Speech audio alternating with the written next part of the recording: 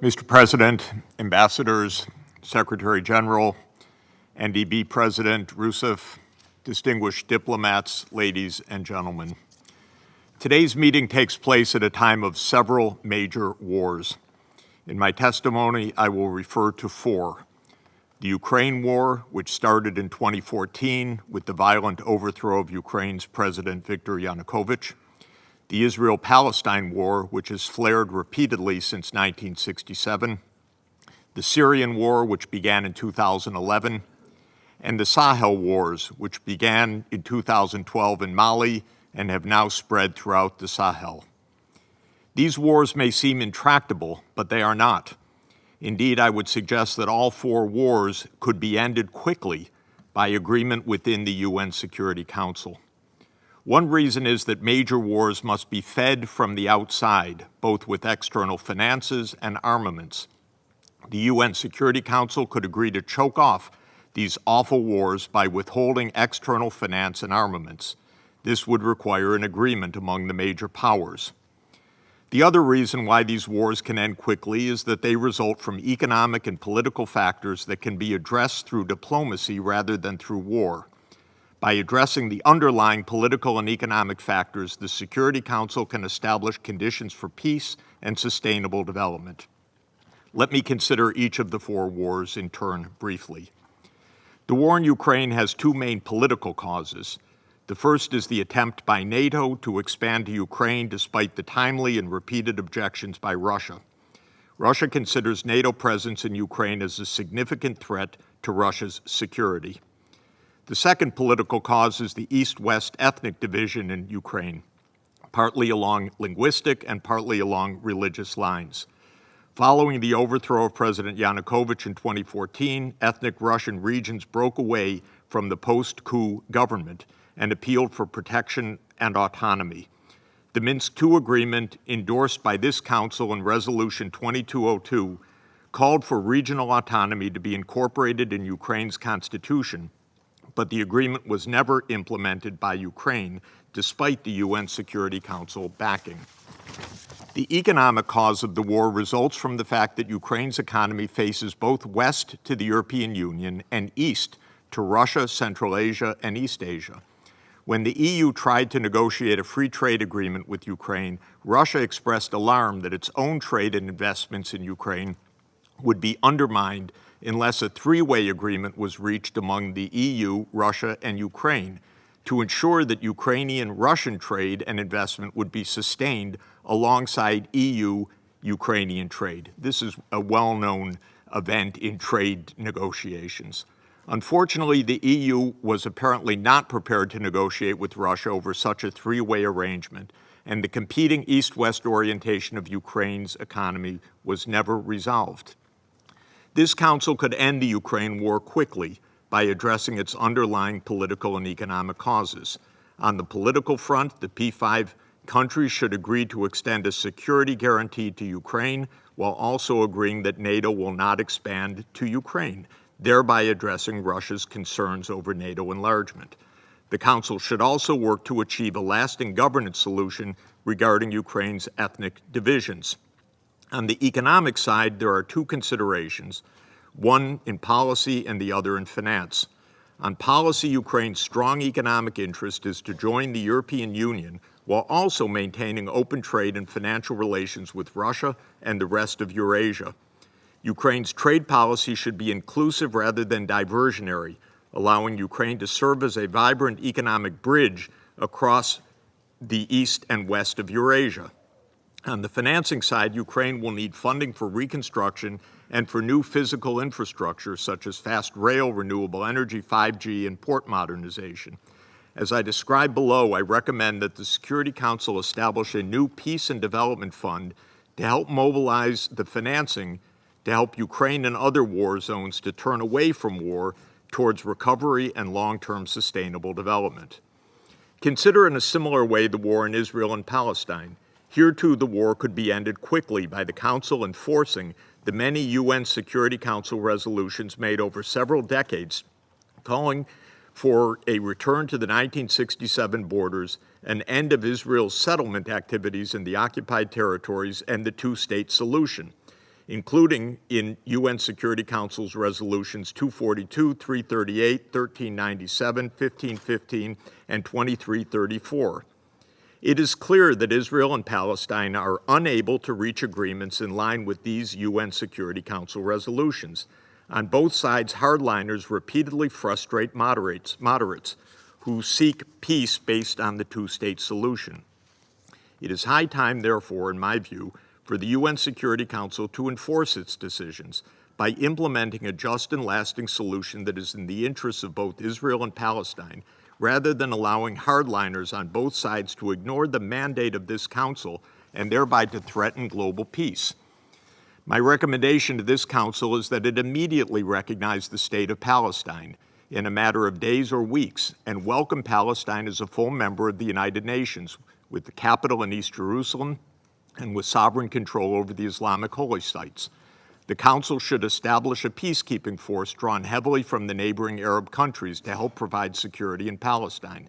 Such an outcome is in the overwhelming will of the international community and the manifest interest of both Israel and Palestine, despite the vociferous objections by hardline rejectionists on both sides of the divide. An economic strategy should accompany the political strategy. Most importantly, the new sovereign state of Palestine must be economically viable, and I give several examples of how that can be done. But most importantly, both Israel and Palestine should become part of an integrated, sustainable development plan for the Eastern Mediterranean and Middle East that supports climate resilience and the region's transition to green energy. The Council could similarly end the war in Syria. The Syrian war broke out in 2011 when several regional powers and the United States joined forces to topple the government of Syrian President Bashar al-Assad. This deeply misguided regime change operation failed, but it triggered a prolonged war with enormous bloodshed and destruction, including of ancient cultural heritage sites. The Council should make clear that all P5 countries and the countries in Syria's neighborhood are in full agreement that all regime change attempts are now permanently ended and that the UN Security Council intends to work closely with the Syrian government on reconstruction and development.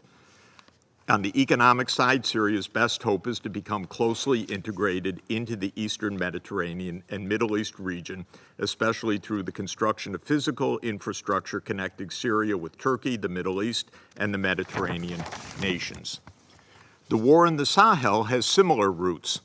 Just as the regional powers in the U.S. aimed to overthrow the regime of Bashar al-Assad in 2011, the NATO powers similarly aimed to overthrow the regime of Muammar Gaddafi. In pursuing this aim, they grossly exceeded the mandate of UN Security Council Resolution 1973, which had authorized the protection of Libya's civilian population, but certainly not authorized a NATO-led regime change. The violent overthrow of the Libyan government quickly spilled over to the impoverished countries of the Sahel. Poverty alone made these Sahelian countries highly vulnerable to the influx of armaments and militias. The result has been ongoing violence and multiple coups, gravely undermining the possibility of economic improvement. The countries of the Sahel form a natural aggregation for regional economic investment in infrastructure. The entire region urgently needs investments in electrification, digital access, water and sanitation, and road and rail transport, as well as in social services, notably education and healthcare. As the Sahel is among the poorest regions of the world, if not the poorest, the governments are utterly unable to finance the needed investments. Here too, and perhaps more than in any other region, the Sahel needs external funding to make the transition from war to peace and from extreme poverty to sustainable development. All P5 members, and indeed the whole world, have suffered adverse consequences from the continuation of these wars. All countries are paying a price in terms of financial burdens, economic instability, risks of terrorism, and risks of wider war. The Security Council is in a position to take decisive actions to end the wars precisely because it is clear that the interests of all UN Security Council members, and notably all of the P5 countries, is to bring these long-standing wars to an end before they escalate into even more dangerous conflicts. The Security Council is vested with considerable powers by the UN Charter when it has the resolve of its members. It can introduce peacekeepers and even armies if necessary. It can impose economic sanctions on countries that do not comply with UN Security Council resolutions. It can provide security guarantees to nations. It can make referrals to the International Criminal Court to stop war crimes. In short, the Council is certainly able to enforce its resolutions if it chooses to do so. For the sake of global peace, let the Council now choose to end these wars. The UN Security Council can also bolster its toolkit by engaging in economic peace building alongside the more usual decisions on borders, peacekeepers, sanctions, and the like. I've mentioned already several times the idea of creating a new peace and development fund that the UN Security Council could deploy to create positive dynamics for sustainable development and to work with other investors such as the World Bank, the IMF, the regional development banks such as the NDB, and others to co-invest in peacemaking. I would recommend 3 guideposts for such a fund. First, it would be funded by the major powers by transferring a part of their military outlays to global peacemaking. The U.S., for example, now spends roughly $1 trillion per year on the military, while China, Russia, India, and Saudi Arabia are the next biggest spenders, with combined military spending roughly half of the U.S. Suppose that these countries reduce military outlays by just 10% and redirect the savings to the Peace and Development Fund. That alone would free up around $160 billion per year. Second, the fund would emphasize regional integration. This is paramount for peacemaking as well as for successful development. Ukraine would be helped to integrate both West and East. Israel, Palestine, and Syria would all be helped to integrate in a network of the Eastern Mediterranean and Middle East. The Sahel countries would be helped to break their isolation and lack of services through a network of infrastructure. Third, the Peace and Development Fund would partner with other funding streams such as China's Belt and Road Initiative, the European Union's Global Gateway, the G7's Global Partnership for Infrastructure and Investment, and increased lending by the Bretton Woods institutions and the regional development banks, as the Secretary General has called for in the SDG stimulus. Interestingly, the Fund for Peace and Development could be a vehicle for greater investment partnerships that links China, the EU, the United States, and the G7. This too would be a contribution towards peace, not only into ending today's wars, but into increasing cooperation among the world's major powers.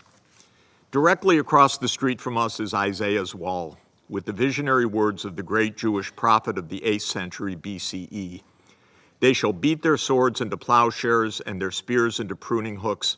Nations shall not lift up sword against nation, neither shall they learn war anymore.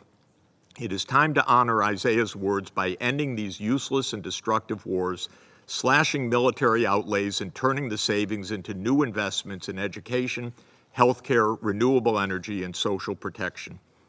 As an American, I am proud that our greatest president, Franklin Delano Roosevelt, was the visionary who oversaw the establishment of this great institution. I firmly believe in the capacity of the United Nations and of this Security Council to keep the peace and to promote sustainable development. When all 193 UN member states, or 194 with the membership of Palestine, live up to the UN Charter, we will have a new global age of peace and sustainable development. Thank you.